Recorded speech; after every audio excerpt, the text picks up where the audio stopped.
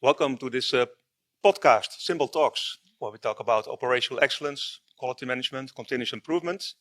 And this is a special podcast because we are invited by Six Sigma conference in Sao Paulo, in Brazil. I was there 3 years ago as a speaker, but today, this year, I'm not be able to attend. So they asked me to provide a podcast about Lean and Six Sigma in the digital era. And therefore, I have Juan Gauki as a guest.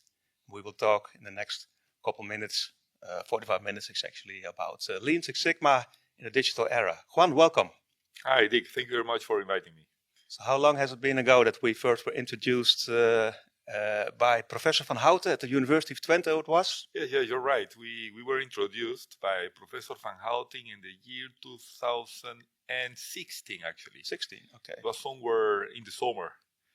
And I remember because I told Professor Van Houten when I was working as assistant professor in his research group that I was also very interested in doing something with the industry.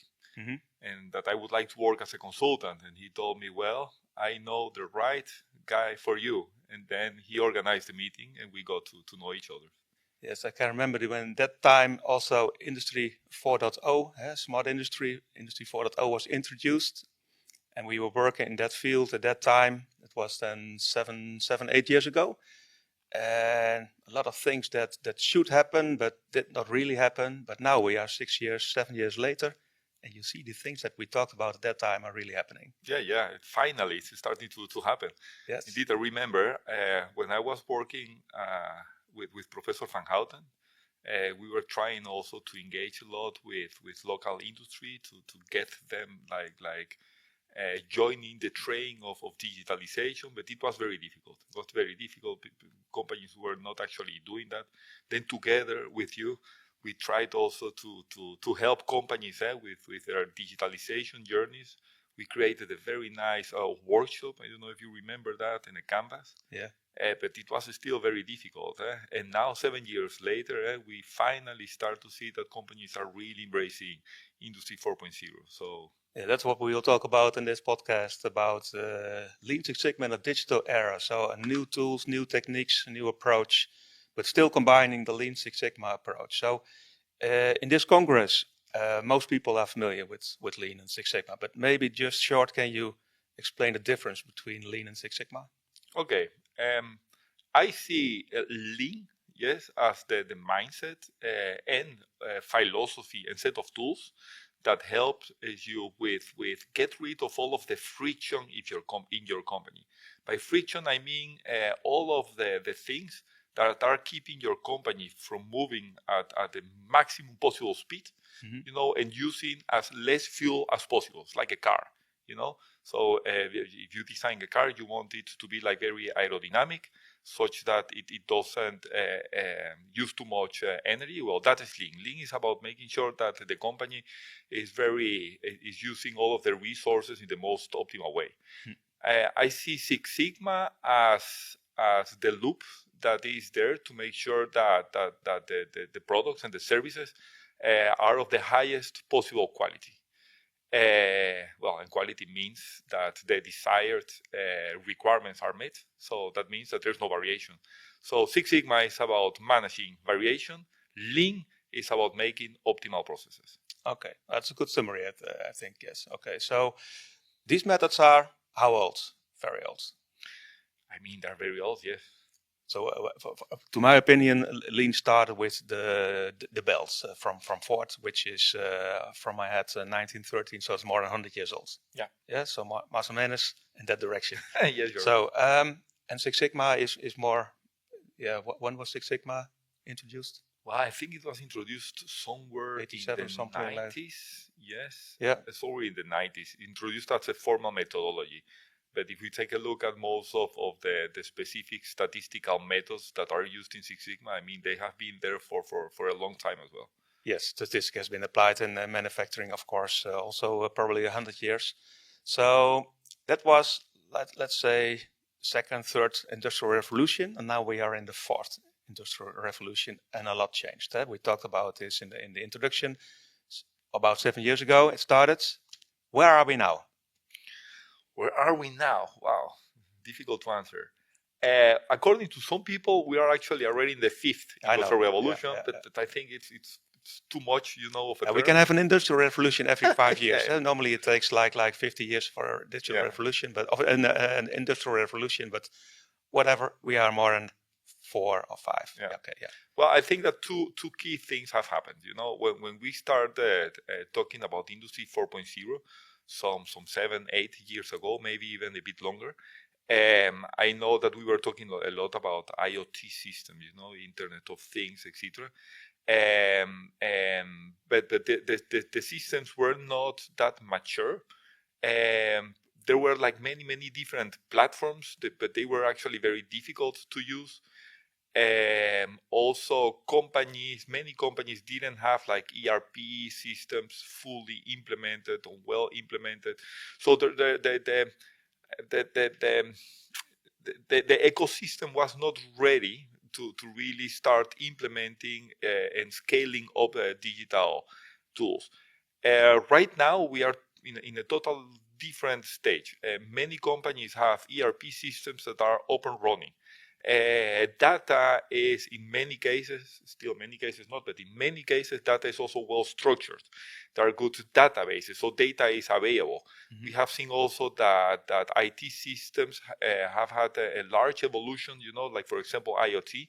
I remember that some 10 years ago, IoT systems that were available were very much connected or developed by the companies also developing hardware, mm-hmm. and nowadays we have IoT systems that are much more agnostic, let's say, to manufacturing companies of production system itself. So I think we are now at a stage in which both the platforms as well as the data infrastructure in companies is at the level in which it is much more easy to start really, taking advantage of it and digitalizing processes. Yeah, can you tell us about an example? I know you have worked a couple of years in Spain on IoT platforms for hospitals. Can you tell me a little bit about what was that about and how do you see that it progressed in the last couple of years? Okay. Yes, going back in time, when I was living in Spain, I was working for the healthcare industry. And I remember that one of the key characteristics of the market back then was that IoT platforms were all connected to medical device manufacturers. Yeah. So I won't mention any name, but each one of these huge medical device manufacturers would have their own IoT platform. And this IoT platform would therefore not be agnostic. So you would have to buy the equipment of that of that manufacturer in order to be able to use their IoT platform. And what we were doing was actually bringing an agnostic IoT platform to the market that was able to communicate with different devices.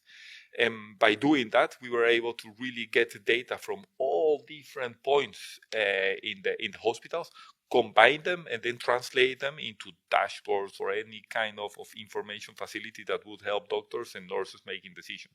Okay. And this that I'm describing now for the healthcare has also occurred in the same way in manufacturing.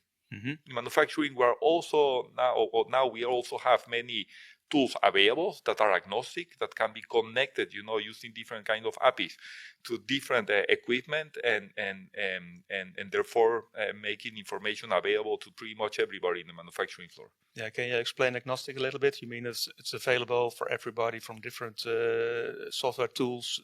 Is that what you mean?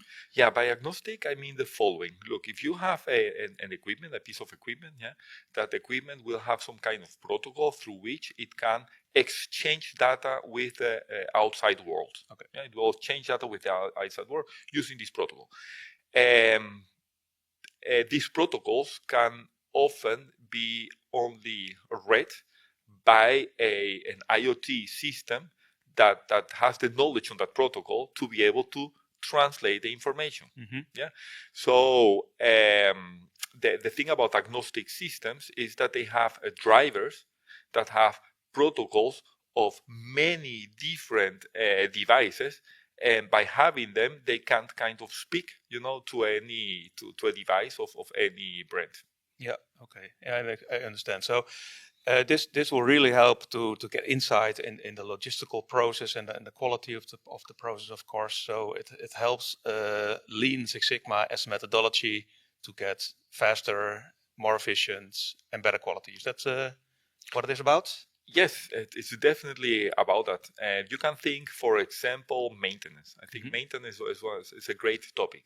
If you are able to capture the operational data, of a CNC machine, for example, yes, you can use that data to better predict when that machine is going to fail. Yeah. And by doing that, make sure that you can plan much better what is the moment in which you're going to perform maintenance of that machine. By doing that, you can improve the OEE of that specific machine. And by doing that to many different machines in your manufacturing plant, you can increase the OEE of the whole manufacturing floor. So this is one example on how getting data directly from machine can help you improve your productivity. Yeah, and that's both for Lean and Six Sigma approach. So Lean is more logistical data, and Six Sigma is more the quality data. Well, I would say Lean is rather about processes. So in the case of maintenance, that would have a profound impact on the productivity of your processes. So that would be more Lean. But you can, I think that from a Lean point of view, I would choose to talk about different types of systems than IoT. Yeah, I think that from a Lean point of view, what we want to do is make sure that processes are efficient, so that there are no errors in the processes, but that processes can go at the maximum possible speed. Yeah. And for this kind of systems, I think that the technologies that are the best suited are technologies that like BPA, business process automation tools, like RPA, like robotic process automations, and nowadays we're talking also about APA, which is agentic process automation systems. So I think that the IoT platforms would be more in line with reducing variation, while these kind of automation platforms would be more useful for Lean purposes and making sure that processes can be speeded up. Yeah, we'll come back to these sophisticated tools in a moment, but going back in time, all these, let's say, old original tools like 5S and standard meetings and putting post-its on a wall, on brainstorming, what about those things? Will they be replaced with all these new techniques, or will these tools will still stand? Wow. What is your opinion on that one? My opinion is that they will still continue. Yeah. They will definitely continue, but they will be supported by digital technologies. For example, stand-up meetings, week starts, day starts. All these kind of meetings use like a performance board. Yeah, we used to use paper-based performance boards, and actually still many companies are using them. But you can use now technologies, for creating dashboards and have your digital board. Yeah. So the board in itself is not changing, but the fact that we're not using a paper-based board, but a digital board is the one thing that is enabled by digitalization. Yes, I can see that one, because I've seen also people using their phones with their 5S audit or Gemba walk to make pictures of things that do not belong or is outside the standard, as we say, and then post them to the standard meeting board. That's a good example, I guess. Yeah. So going back to these sophisticated tools, the last couple of years we were all, last 2 years, I guess, with ChatGPT. It's new. Everybody thinks AI is ChatGPT, which is of course not the case. I think people in the here know about that. When was AI coming into the picture of operational excellence? So when did AI first emerge? Yeah. In industry to make processes better and smoother? I think AI has been there for quite a long time. Well, actually, my master thesis was done using AI. Yes. But yeah, I created a control system for keeping the right quality of laser welding processes of unstable materials. Then I remember that the traditional control theories couldn't be used. So I decided to go for a fuzzy-based control system. And then this fuzzy system needed to be trained somehow. So I was already using genetic algorithms, to train neural networks. To train the fuzzy controller, and then use the fuzzy controller to control the quality of the welding process. And actually, it worked very nicely, very nicely. And we were already talking about AI at that time. So that was AI back then.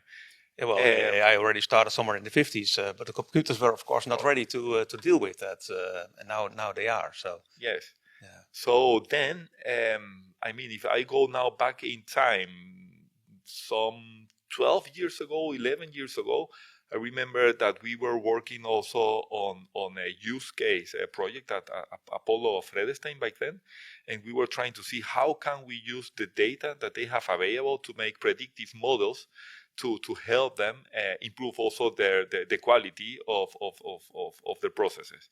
They had a lot of data, and we were just playing around with the data to see what could we get out of them. And there was not a normal logistic regression or a linear regression. That was real AI approach, let's say. It was really, machine learning. It was really creating also neural networks to try to fit, let's say, factors with outputs, and create a model that would be different to the typical regression models that were used by them. So predictive analytics, let's call it that. It was using predictive analytics. And why did it took then like 10, 15 years before finally these tools are in the toolkit of a black belt to apply?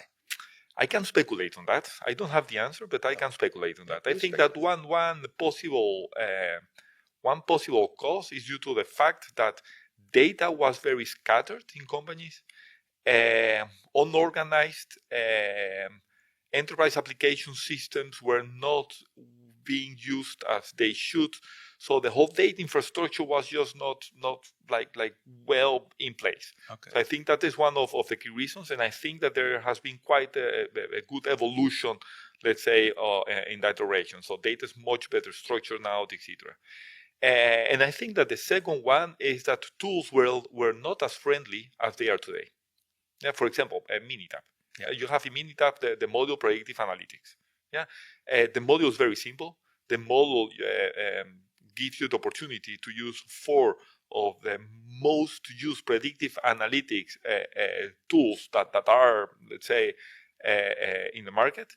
And it's just a matter of pressing some buttons. You have to have some knowledge about how predictive analytics works, of course, but then you can very easily use that kind of. You don't have to be a data scientist anymore. You don't have to be a data scientist, no. So no. That is, and the tools are available for doing that.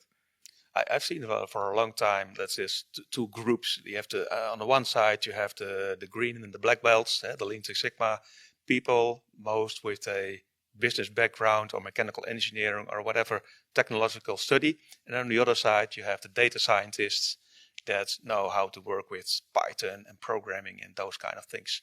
These two worlds are now coming together slowly, I hope. Yes, they're coming together for sure. Yeah. And actually, what you're mentioning is very important, because I was totally forgetting the third reason why I think that it has taken so much time for this to get running, and that is the people. Mm-hmm. The mindset, the knowledge. IT managers are much more aware now of operations, and I think that people in operations are much more aware of IT. That's concept. A good one. Yeah. And I do see that companies where operations have very limited knowledge on digitalization and AI, for example, those are companies where the digital transformation is going extremely slowly. While when the knowledge is shared, then you can see that they really make a lot of progress. So it's very important also for people in operations, not necessarily to become IT experts, but to really understand and learn which are the main mechanisms, tools, technologies driving the digital transformation. Okay. So let's come back to ChatGPT, because we were all introduced with ChatGPT about a year ago, and everybody thinks that's AI, and it makes nice texts and graphs. But how can we use this in industry? We're not making text and graphs in industry, but how can we use tools like ChatGPT in an operational process? All right, very good question, because there are so many different ways we can use it that I really have to pick up a good one. First, ChatGPT or LLM-based tools, yes, they support the development of something called agents. Yeah, and an agent is a specific artificial intelligence tool based on LLMs that can produce models. Work. Yeah, so you can make sure that he always will produce a given output. Yeah, when he gets triggered by a certain input. Yeah. So only that this thing is like very, very smart, and can actually do work that some humans would actually do, So how can you use it? You can, for example, use it to analyze reports. Okay. Yeah, you can create agents that are connected to, for example, your email account, and each type you get a certain type of email, they will automatically read the email, make an analysis, and create a report out of that email. So you can use it to automate many administrative processes. Another application, especially for industry, that is very interesting is for quality management and quality engineering. You can create agents that use as background knowledge all of the work instructions and processes that are in your knowledge management system. Mm-hmm. And then if you They're do all that, scattered around all these SharePoint servers, exactly. etc., all over the place. Yeah, so you connected, to this SharePoint location where you have all of your quality management documents. Yeah, and then this agent can become your best assistant in making sure that you always follow the procedures as described in your quality management system. And the nice thing is that you can actually interact then with this agent. You can talk with the agent, can you help me with following the procedure for requesting a new material? And then he will tell you exactly the steps that you have to follow. So it's really having like an expert human on the loop that is using all of the expert knowledge that you have created in your company. Okay. Yeah. Is it difficult to make such an agent? It is not difficult. It's not difficult, no. But it's also, I see that not many people are doing that currently. Is that something that will happen in the next couple of years, that it's become normal to do these things? Do we have special departments to create our agents? Well, definitely yes. Yeah, that is one of the things that the IT departments will have to also develop. Not all of the IT departments are indeed running at the same speed when it comes to deployment of AI technology. But yes, this is a new function also of IT departments. They are not difficult to create. Agents are in itself not very difficult to create. You do need some experience. You do need to understand how they operate. You do need to make sure that they are really following specific processes, that they are not guessing based on internet sources, how to proceed. Yeah. But that doesn't mean that they are difficult to create. What about the regular green and black belt trainings with curriculum about explaining the principles, the value stream mapping, the ways to the first time right, etc., etc.? Still valid, yes, but how do these new techniques and tools get a place in this, in this modern training? Let's say the new green belt trainings and the black belt trainings for the next coming years. How do you see that? What tools should a green belt really able to apply? Well, I will make a differentiation between Lean and Six Sigma. Yes, and I repeat again, Lean focusing on processes that are very efficient, Six Sigma reducing variation. So from a Lean perspective, I think that green belts and black belts should know what is a BPA, business process automation. They should know also some tools, for implementing BPAs. Yeah, they should know, for example, about the Power Apps, of Microsoft. Yeah. But Zapier, there are many different tools that you can use for this. They should also know what RPA is, how to implement APA. They should have seen RPAs. Maybe they're not the ones that are going to implement it, but they definitely should know in detail, how it works and what kind of processes can be automated by that, and APAs, these agentic process automation systems. So they should know the tools, and they should also have experience with the number of technologies, not necessarily because they will implement it, because they need to understand how they work to be able to implement them together with IT in the processes in their companies. The thing about these tools is that they can really improve the speed of processes. Yeah, and that is also kind of what Lean is about, reducing friction. When we move towards Six Sigma, Six Sigma is about reducing variation, as you very well know. But reducing variation in the context of AI is about taking a look into the future. So I have variation. What do I think will happen with variation in the future? How can I predict variation?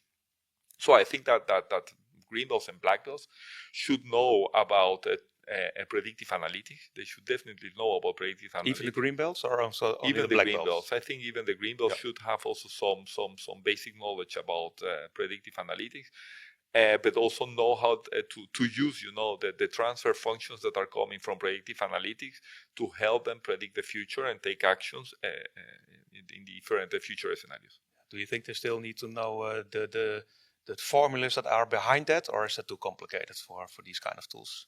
I think the formulas they can press the buttons, of course, but what do they need to know and understand what goes behind the button? I think they need to know the mechanisms, not necessarily the detail of all the mathematics, but they do need to know the mechanisms. Yeah. So what is the main logic behind the way that for example, a tree net algorithm, is making some kind of prediction. Yeah.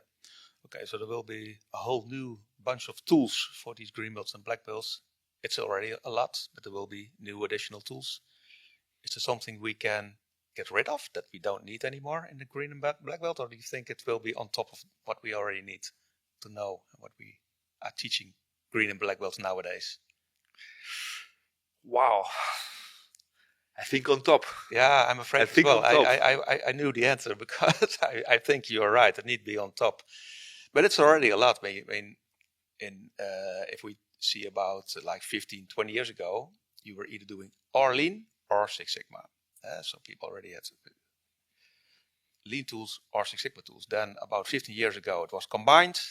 It become Lean and Six Sigma, so it will be on top. Now we have Lean and Six Sigma and digital tools.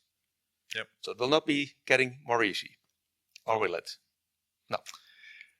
Well, no. But we still call them green and black belts, I guess, or not? I mean, well, maybe we can change the terms, Yeah. Green belts 4.0. Yeah. And black belts 4.0. Maybe. Let's do that. Because they definitely need to learn some of these kind of tools. Okay, come back to the organizations. You were mentioning some organizations doing IoT and others are still looking into that. And these tools, they're talking about it, but they don't know where to start. So you have developed a DTMM, the Digital Transformation Maturity Model. Yes. So it's on the screen right now. It has a lot of tools and techniques on there. Can you explain me a little bit how a company develops from very low maturity to the high maturity and how much time it takes? I guess you cannot go from level 1 to level 5 in a couple months, not even a couple years probably. No. And probably you don't want either to do that. You will lose the people. Yeah. Yes, also. Well, the thing was the following. As in all of the years that I've been working with digital transformation, one of the things, there are two things that I had to struggle a lot with. One of the things was understanding all of these terminologies that IT people would come with that I didn't know, and also making sense of them in a system way, So how do all of these concepts create an IT system? I had a lot of difficulty with understanding that. And the second one was, where do we start? What do we need to make the next step? So these two things, going through my mind, were the ideas that ended up in developing this model. And the idea of this model is to help organizations in understand that the digital transformation needs to be built, in a certain order in order for it to be successful. And basically, the first level is about having data that is well organized, that is also being created in the right way using, for example, the right enterprise application systems. That when you have all of this data well structured, then you can immediately start improving your productivity by just using that data with tools like BPAs, RPAs, etc. But they're still talking about level 1 now? Or? No, excuse me. Now I'm talking about level 2. Okay. So the first level is about having the data well structured and in the right place. The second level is about using that data to start making productivity improvements. I call that level productivity boosting. Yeah. Because it boosts productivity and it's not that difficult to implement. And then we go into the third level, and the third level is about improving the prediction capabilities of your company, incorporating tools like, for example, predictive analytics, but also IoT. Mm-hmm. And when you have that in place, then you can move forward to the next fourth level. And the fourth level is really about creating systems that are virtual and that can eventually also self-steer themselves. Yeah, digital twins, those kind of systems. Exactly. Yep. So that is the idea. So it tries to answer two questions. Which are the main IT-related concepts I should know if I want to implement a digital transformation in my company? And secondly, how do all of these systems build together, to form a harmonic digital ecosystem? Yeah, okay, good. So many companies have a lot to do and a long way to go, because most of them are still at level 1 probably, or not. How do you see that? Do you see companies that are already acting on level 3 and 4? Yes, we do see companies. I think in my experience, companies in the chemical sector, chemical industry, they are at very advanced levels. Mm-hmm. Also, the nature of the chemical industry, I think, makes it not easier, but they are used to the data and go and process steering and feedback loops and all those kind of things. All these kind of things. Understand. Yeah. Yes. But in discrete manufacturing, this, of course, much more difficult to implement. Yeah. The automotive industry, what do you think about that? Well, in the automotive industry, as long as I can remember also from my own experience, they were quite advanced in the implementation of all these kind of tools, especially OEMers. Yeah. Some suppliers as well, OEMers at a very high level of advancement. I mean, the whole German industry was very advanced. The whole industry 4.0 somehow also originated in Germany. So in the automotive industry, this is at a very advanced level. What about the governments and those kind of processes?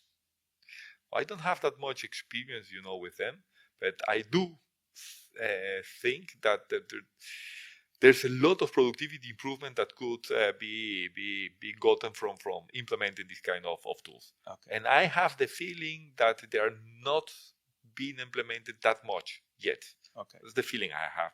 Yeah.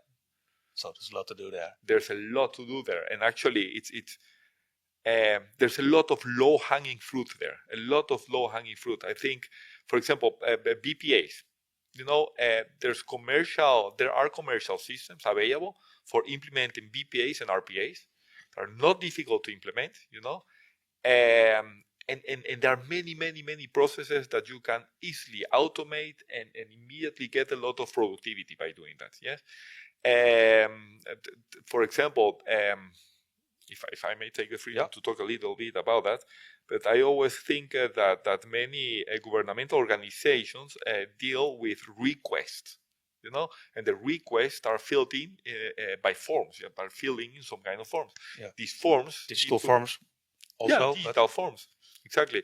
So these forms need to be processed, and in many cases, These forms had to be read by somebody that will analyze them, and based on that, get to a final conclusion.